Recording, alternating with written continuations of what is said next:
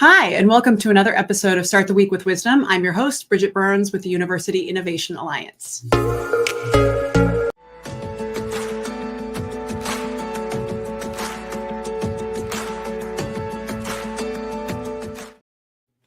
Each week, I team up with usually a reporter in the field. Today, you're going to get a chance to hear all of my questions.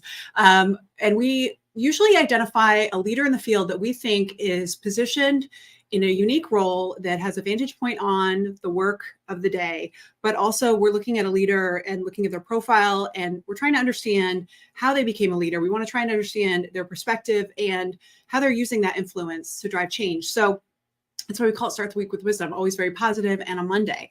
So today is definitely one of those days. I also want to share with you that Weekly Wisdom is sponsored by Mainstay, which is the student engagement platform that actually engages in peer-reviewed research, which is something that we would encourage all ed tech companies to engage in. And they've been able to prove that what they do actually works by reducing summer melt at Georgia State by 21%.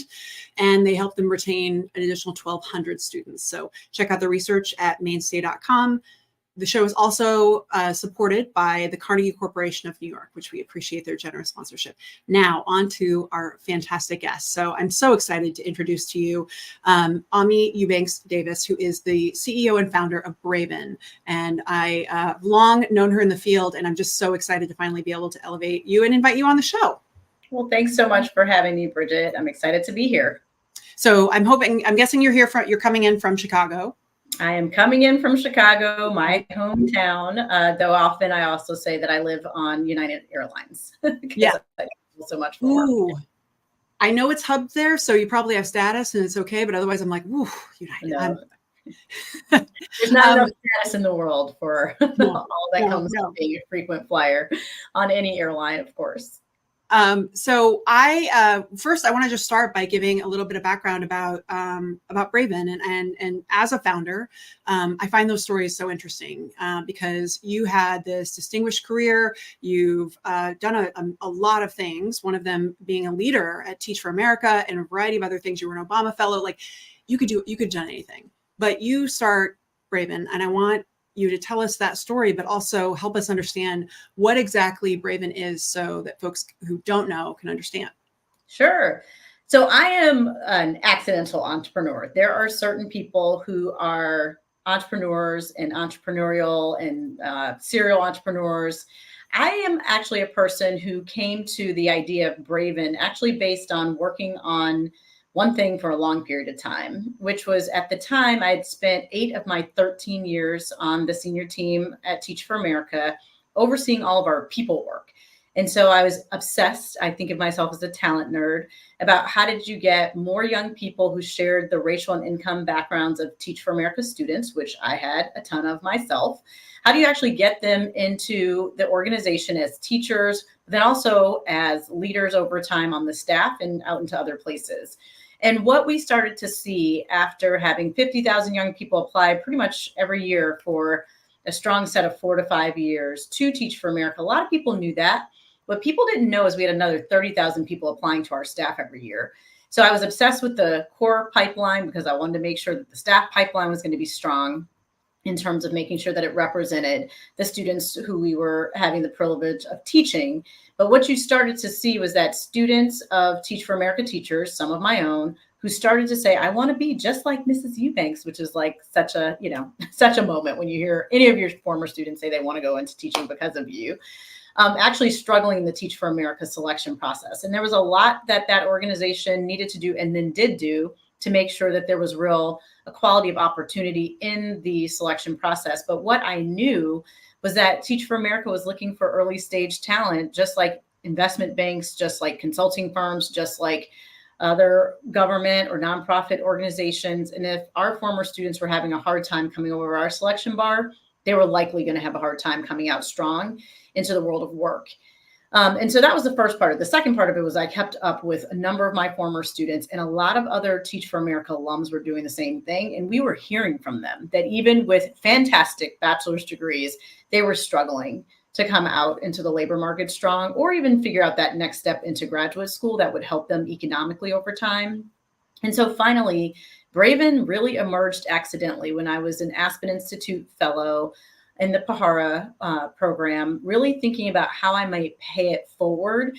And I just said, I'm going to write a paper about the lost talent of the country and how we have all of this amazing, incredible talent that's actually being sidelined. And we don't even realize it simply because they're first in their families to go to college, often on the Pell Grant, and that they are often identifying as coming from underrepresented minority backgrounds in the professional workforce, and they don't have the skills, the networks that they need to actually get connected strong into the labor market. And so what started out as a research paper basically to fulfill a fellowship then became this thing I couldn't get away from. And mainly because I really did feel like, which turned out to be true, that Braven could address a solvable problem. That if a young person had come through all of K-12 and often in many cases, some pretty rocky moments to get to the doors of higher ed and be on their way out, that this should not be the hardest thing. Like for them to get a high quality job or to go into graduate school should not be the hardest thing. And so that's really how Braven emerged.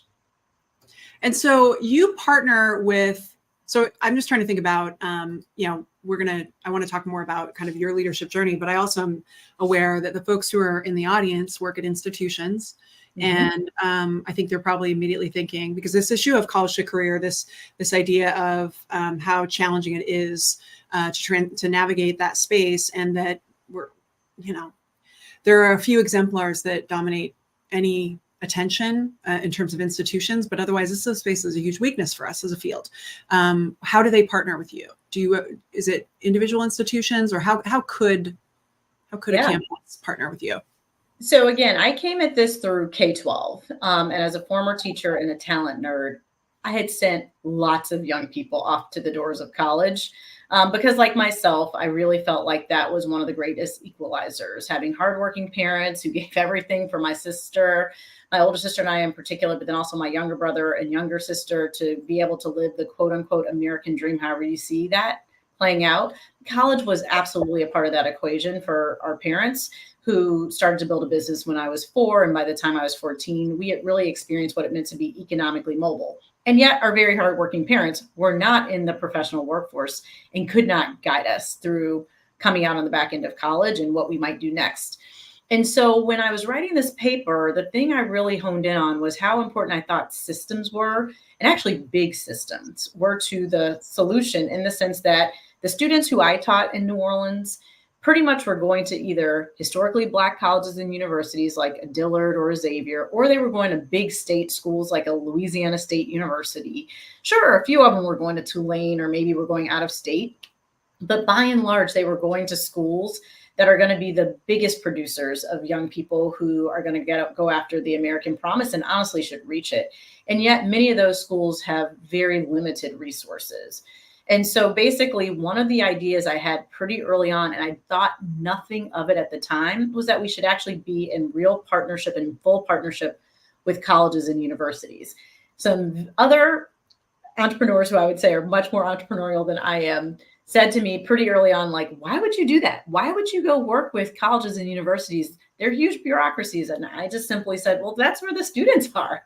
And so we got super lucky in that we were at first running this as a 17-person boot camp at San Jose State.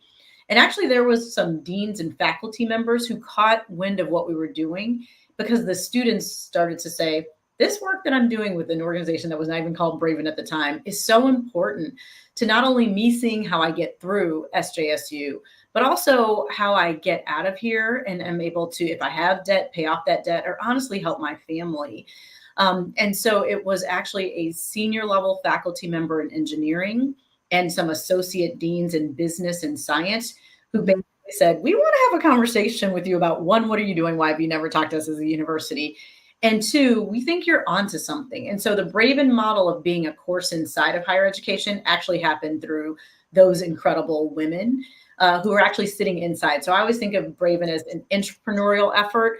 I'm always like, this was a thing that started with lots of collaboration from inside of higher education. And someone who happened to be outside of higher education, but who was sending a lot of young people there.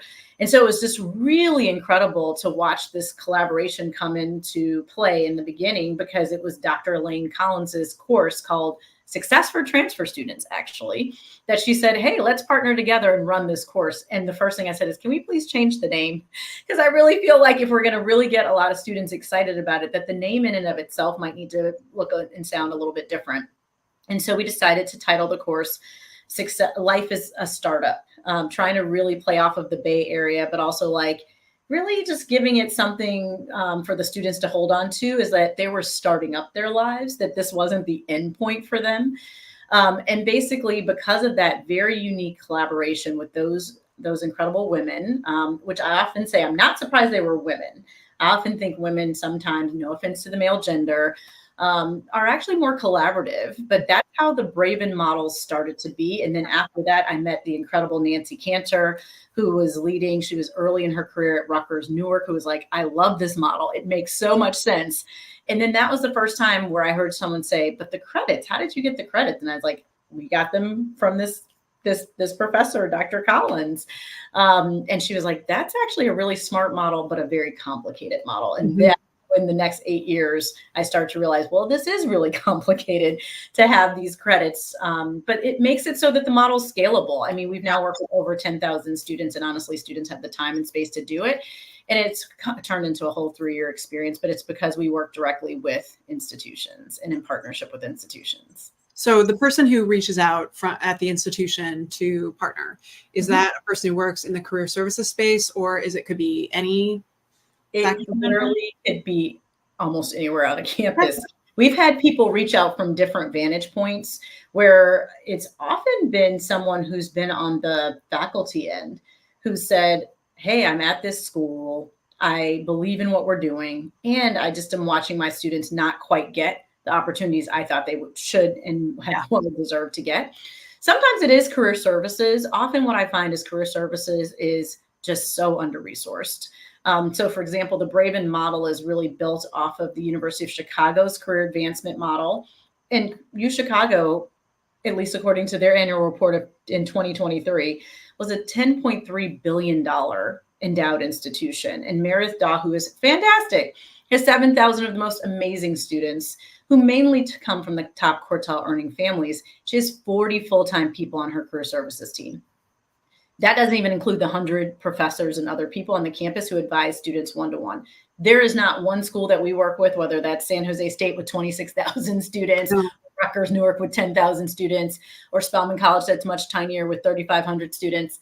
None of them have 40 full-time people combined working in career services. And so I always say that people don't really understand how understaffed that area is. But often we also now are hearing from provosts and from presidents or chancellors themselves just saying, you know what, this is a really smart model that actually has a lot of leverage, especially for schools that don't have the kind of endowment of a UChicago. Well, first off, those are wild data points for me about UChicago. I mean, of course, it plays into the mythology I have about private institutions and their wealth, which is being countered, of course, by the daily closing of private colleges that we're seeing. So we can go there. But University of Central Florida, when we were doing our college to career project, I think they had 3 people, 70,000 students plus, right? And what you said about collaboration is super interesting, because there's an organization called the Association for Collaborative Leadership, which is everyone who runs a collaborative, like people like me. And I just remember going to my first ACL event and being shocked by how disproportionately female it was. And it turns out that almost all collaboratives are being run by women. And so I do think, it's one data point to support your point, but it is an interesting one that women are drawn to more collaborative spaces. That's my N of 1 example. But so I want to now talk about you. And so I'm super interested in the way that, what informed you as a leader the most? Because I'm hearing from this that you've had an opportunity to observe and work with incredible leaders up close. You also had this wild courage to just go out and take a paper and turn it into a massive organization that's impacting thousands of lives. I'm interested in where that comes from, that you felt like you could do that, the nudge. And I'm just also, where did you get their model of leadership that gave you that boldness? Yeah, I mean, I want to say again, I'm an accidental entrepreneur. And I really think one thing I say a lot to younger people, and I think this is really applicable to faculty members and staff and deans, et cetera, in higher ed, is I think a lot of younger people earlier in their careers feel like they have to come out and start something huge. My story is one where I was literally teaching for 7 years, and for 5 of those years also running a community-based program in New Orleans. That was the reason that I started to meet hundreds of students over time. And then I go to Teach for America to the senior team there for like 13 years. I'm a stayer. I'm actually not someone who moves very quickly out of whatever I'm doing, because usually I fall in love with it and I like love it. But actually, it was from that work and that kind of sustained work over time that I actually saw the challenge and also how you might solve it.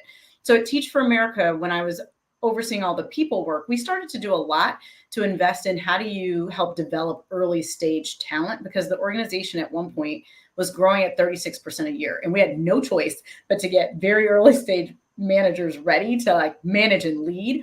And what I started to realize is that you could actually teach a person a whole lot, especially if they hadn't yet been disillusioned in some way. And so the part of the Braven model that often gets overlooked is how much we actually do with employers. For every 1,000 students in the Braven experience, there are 17,000 volunteer hours that come in. And pretty much those folks are coaching teams of 5 to 8. So instead of having a lecture of 250 students, a team of 5 to 8, a cohort is put in place, and they are matched with a leadership coach. Why this is so important is, one, it actually breaks down the college experience from being sometimes overwhelming for many students to a really small cohort family, but also it shatters the opportunity to have social capital connections into a world that most of our students do not know. Because all of a sudden this coach is like an older sister or a cousin or whomever who's like, oh, this team of students that I'm working with, they're really fantastic. My company, whether that's a for-profit, a government company, organization, or a nonprofit, could benefit from their talents as interns and or as full-time workers. And they also could see the benefit themselves.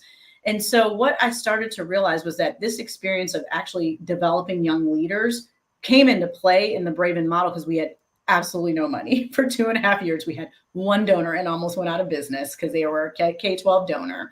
But actually being able to help earlier stage professionals learn how to lead and manage a diverse team is a big part of the Braven model. But then all of a sudden we got them in as mock interviewers and then professional mentors, that basically there's a learning model on the other side that creates a shared value for our employer partners and for people who are the volunteers as well.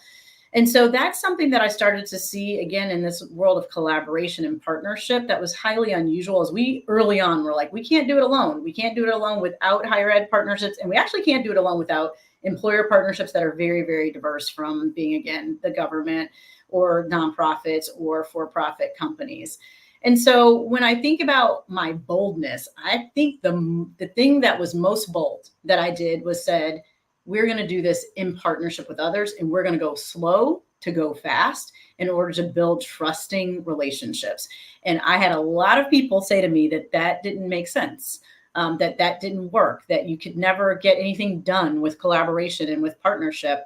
And I was like, I don't know how else you get it done unless we really decide that we're going to all work together on this.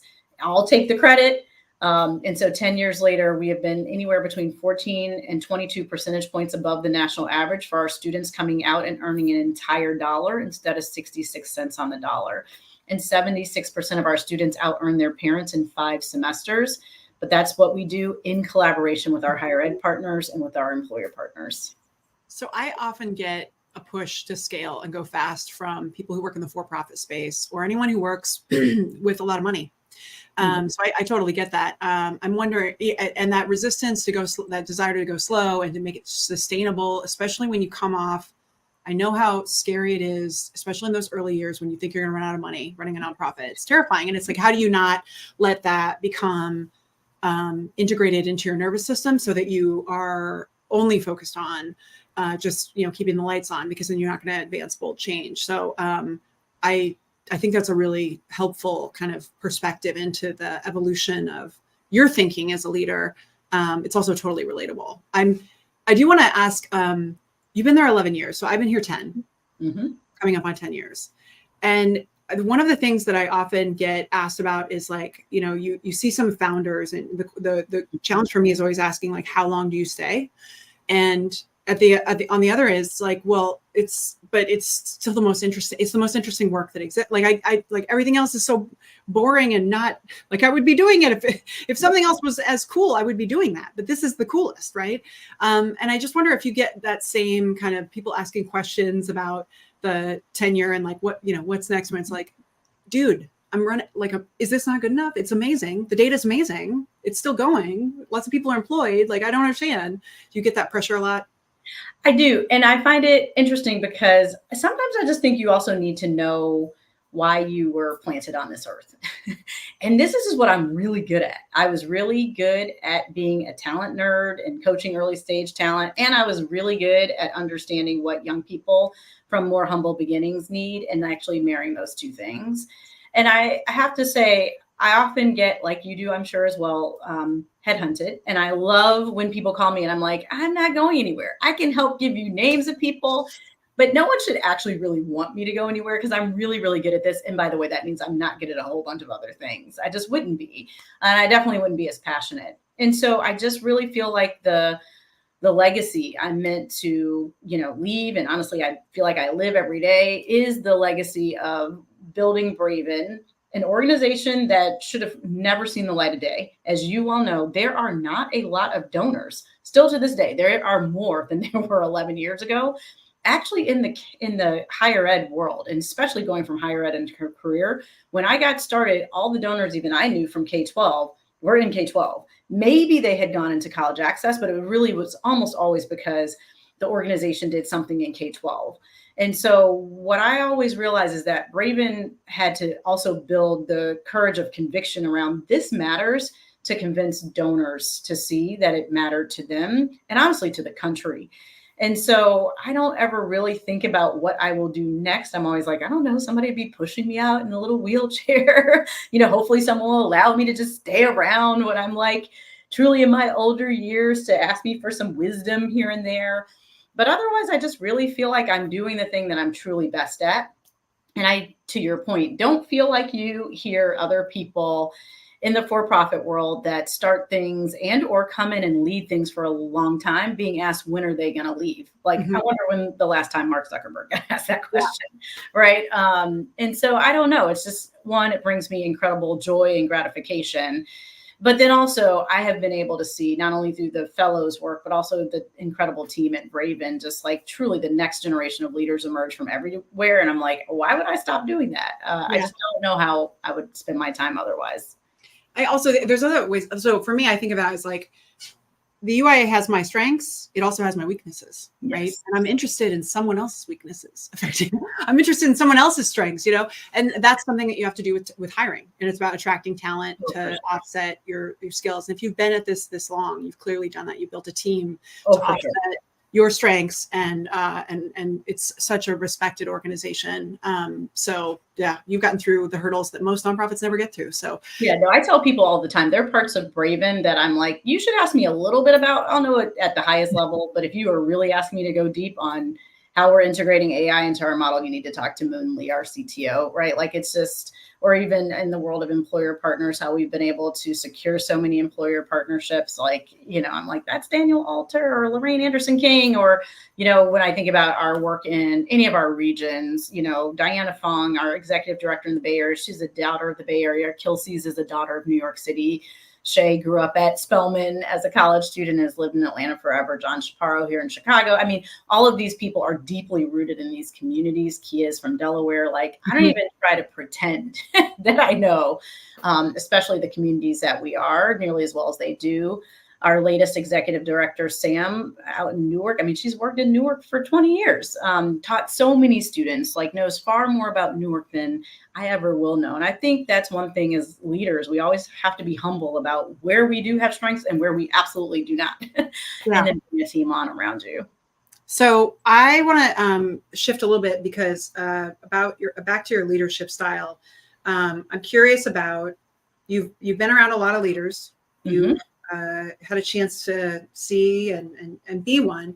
I'm just wondering if you learned more from good examples of leadership or bad, because both have been informative.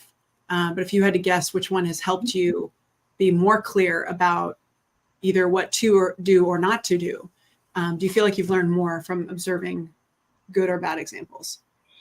I would say I would honestly probably say both.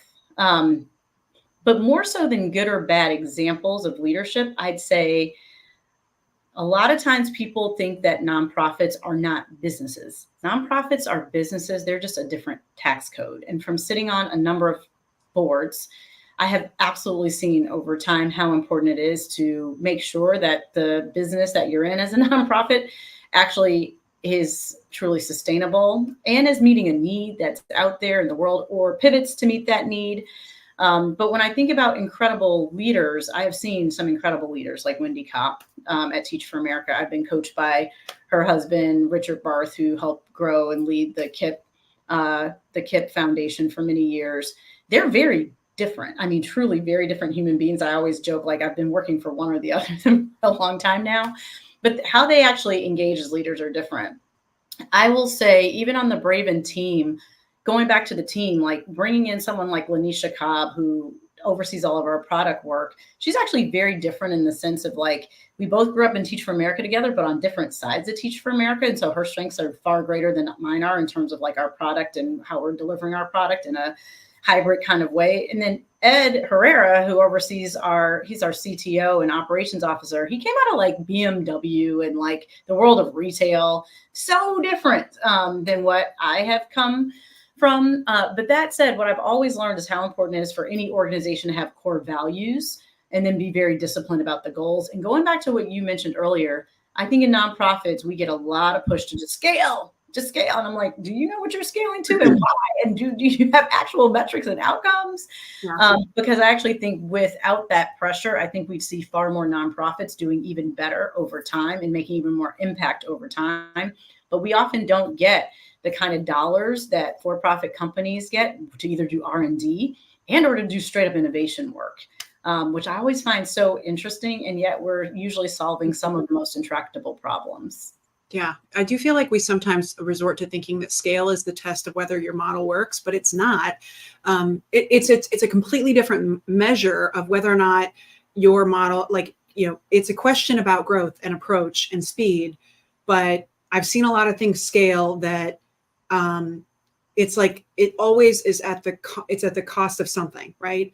Whereas I see depth and like there's just not enough appreciation about sustainability. For me, I'm just like, I just never want to be back in that space of worrying about paying people's salaries, like worrying about keeping the lights on, because I think I make bad decisions. I make short, like not smart, not strategic. That's what I want to keep the organization out of. And scale will pull you out of that sustainability space, and it pulls you into this like kind of resource, almost grabby kind of mindset, which I don't think is the impact. No, and also I think, especially when you think about higher education, context also really matters. Like sometimes when people are asking you to go like so fast, they're overlooking the importance of understanding the context of the place in which you want to partner. So when we started to partner with Delaware State and Kia came on to be our executive director, she deeply knew Delaware. Or we are starting an innovation of looking at Arkansas. And the person, Melvin, who's come on there, he went to University of Arkansas, Pine Bluff. He is a son of Pine Bluff. He grew up in Pine Bluff. I went to Pine Bluff for all the day and was like, clearly, even if I am Black, as is he, this is a different part of the US. This is a different context. We need to bring in someone who has the context also. And that almost always means that you're going to go slow to go fast in order to make sure that you truly have deep respect and partnership with faculty, with staff, with deans, provost, presidents, chancellors, etc. Yes, I love it. And I was just thinking about like, we're talking a little bit more in nonprofit inside baseball, but I see how these other organizations like JFF, incredible scale, right? 100 million a year, think about that. I mean, wild. Yeah. The pressure. I'm like, oh man, Maria's amazing. There's room for every model, but I think that this scale by growing deep and quality is also, it's a version of scale. So, all right. So here's about you. I want to know, what's the most surprising thing about your career? I have a feeling you wouldn't imagine you'd be where you are, but like, is there a particular, juncture? Maybe it's when you become like executive vice president at TFA or senior vice, like that's a huge, massive, talk about scale organization. Mm-hmm.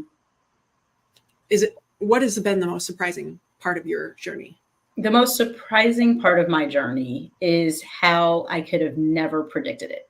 Literally, that I did Teach for America even had everything to do with wanting to pay it forward into the Black community because of a deep understanding that I had from being in a family that really did experience economic mobility and really wanting to just pay it forward. I just wanted to do something of service with myself coming out of undergrad. And fun fact, I am not the biggest kid person. So that I started my career as a teacher is like laughable at best. And I have 3 children. I love my 3 children, but my husband is far better with little babies and younger kids. His mom ran a daycare out of their house for many, many years. But I really was called to just have a purpose, at least initially. And then I was like, okay, so then I'm going to be an attorney, because my parents, who had given everything to get me through college, were like, what do you mean you're going to start your career in education? This is not what the plan was. You have to go make money. And so I applied to some really great law schools, got into them, and then did this really funny thing that I'm sure you couldn't probably pull off nowadays, which was I then held seat deposits at multiple of the top law schools. While I was still like, I just still couldn't get out of like running this nonprofit I was running and teaching and just my students. And I just love them. And I just wanted to see them, that first group of 6th graders, get to the doors of college. But basically what I keep coming back to is there was a woman who took me to lunch, who had gone to my alma mater. And she actually said to me, you know what I'm seeing at this point in my life is that my friends that have taken the path less traveled are actually happier and more gratified in their careers. And I just think I got super lucky that I like realized I was good at something, that I really loved education, even though you could have never predicted me being a teacher. And how that just then allowed my career to evolve over time. Now, that said, did I get incredibly fortunate that Teach for America was growing like it was and that Wendy Kopp happened to take notice of me? Absolutely. But I think had I been so dogged about, oh, it's going to be this, this, and this, I'm going to go from, teaching then to law school, I would never be here. It was that I allowed myself the time and the space to just really work hard on problems that I cared about. And this woman told me, and the money will come. I mean, because that was really my parents' truth. Yeah. Was that I was going to end up back on their couch. But yeah, I mean, you get super passionate about something, you just learn how to make it work for you financially. Yeah, I agree. That's great. So I want to ask about the advice that others have given you that has been most helpful. It sounds like you get a front row seat to see a lot of people coaching your students. Mm-hmm.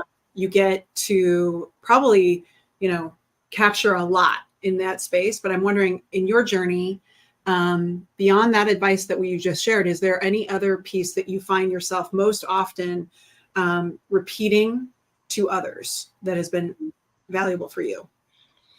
So I would say what I find myself repeating to others, but actually usually repeating to myself first, is by my first manager, Dr. Tony Rickasner, who was the principal of my school, but he was a very untraditional principal in that he was a psychologist by background who happened to start a school.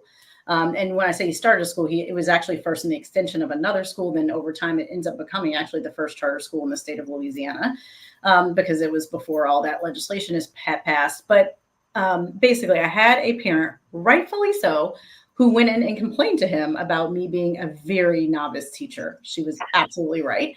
And how she really felt like I needed more training and more mentorship and more support. And so he calls me in to give me my performance review. And he was like, well, what do you think of this? And I was like, well, I think she's right. But then I list off the 500 other reasons why I thought she was maybe not as right as she was. And he actually said, you know what I want you to do? I want you to listen again, listen one more time, and then respond. Because his whole point was that even if you don't agree with everything this parent might be saying, there's probably portions of what she's saying that are right, but you're refuting it because you just can't even get it into your head that you're not right. And that's something that I definitely have tried very hard to do, is to really listen and to encourage my team to listen, especially if you are going to be in deep partnership with people, and if you're going to say, in order to go slow, to go fast, we're going to go together, that means you actually have to really listen and at sometimes say, you know what, this person is right and we need to go with this. I do not know the most. Mm-hmm. That's great. I love the, I think it's it's a struggle for most people to, especially if feedback is negative, right? For sure. Yes. We do, you are set up physically to kind of go out and, you have to have the strong exterior, but someone once told me that feedback is just a tell about how other people see the world. And if you're willing to listen, you're basically getting the ultimate inside scoop on exactly how they view the world. But it also means that if you tap into curiosity instead of defensiveness, you can be more successful. And also makes it so that you're like less feeling like it's about you, because it's not. It's about their worldview. And, you need to understand it and not be in your defensiveness. That's right. To be able to use it. And what can you learn and then apply? Because really what happened was then I came back the second year and was a far better teacher. Like I did take in what this parent was saying. And I was like, okay, I do need stronger systems. I do need to get more mentorship from Brenda Benoit. Like I do need to do all these other things to make myself a stronger teacher. And that's really what I think that advice really taught me. That's great. So my last question, because I know we have to run, is there a book around leadership or professional development that you find yourself most often suggesting to other people because it was useful for you? Yeah, I mean, I would say that there are many books that I feel like I've read over time that have been super great. So I am drawn in general to like the stories of leaders and how they come to be, whether that's like Michael Dell books or books about incredible women who've become leaders in ways that were unorthodox or you didn't see it coming, like Margaret Thatcher over in England. But ultimately, I often go back to the book that really inspires me. It's a little bit of what I was just saying around like really putting yourself in other people's shoes, which is To Kill a Mockingbird by Harper Lee. And it's definitely a book that I think has come as it should under great controversy in terms of when it was created, all that. But the biggest lesson in that book, and I taught it so many times as a teacher, so clearly that's why I'm also very enamored by this book, is actually about putting yourself in someone else's shoes and walking in those shoes and how important it is to really try to do that. But I'm often drawn now more towards books of leaders and how they've made it, a rise that seemed to be completely impossible and that you could never tell was coming. But I always go back to like, put yourself in someone else's shoes, like really try to walk in those shoes before you pass judgment. That's, I think, very strong advice for us to wrap the day. So, Aimée, thank you so much for being here. This has been really helpful, not just to learn.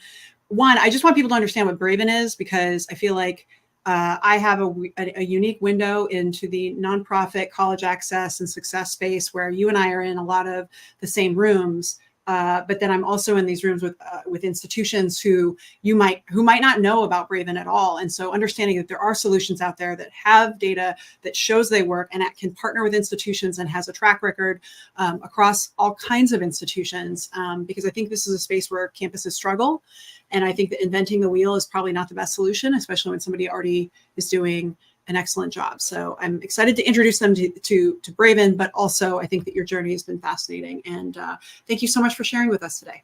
Absolutely. Thanks for having me, Bridget. I'm a huge fan of University Innovation Alliance and all that you've done to lead in this space. So I really appreciate you having me on this podcast. I'm also a big fan of Inside Higher Education. I'm always reading the publication, as is my team. Awesome. Well, thanks so much.